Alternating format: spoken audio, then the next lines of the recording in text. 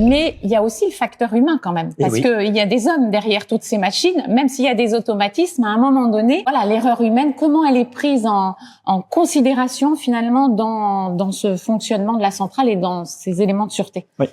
Alors, déjà, il faut bien comprendre que, vu la nature du risque, il y a ce qu'on appelle des règles d'exploitation à respecter, qui sont considérables. C'est-à-dire que c'est vraiment un ensemble de dispositions techniques, d'organisation, de facteurs humains, de formation, etc., qui obligent l'exploitant à exploiter ça de façon très rigoureuse. On ne devient pas opérateur donc pour piloter une centrale comme ça, on le devient après une longue formation, après ce qu'on appelle une habilitation, c'est-à-dire que on s'assure tout au long du cycle de formation que l'acquisition des connaissances se fait bien, que les comportements sont bien, que le fonctionnement en équipe constituée est tout à fait correct, que la circulation des informations se fait bien. Donc c'est pas que de la formation au sens strict, acquisition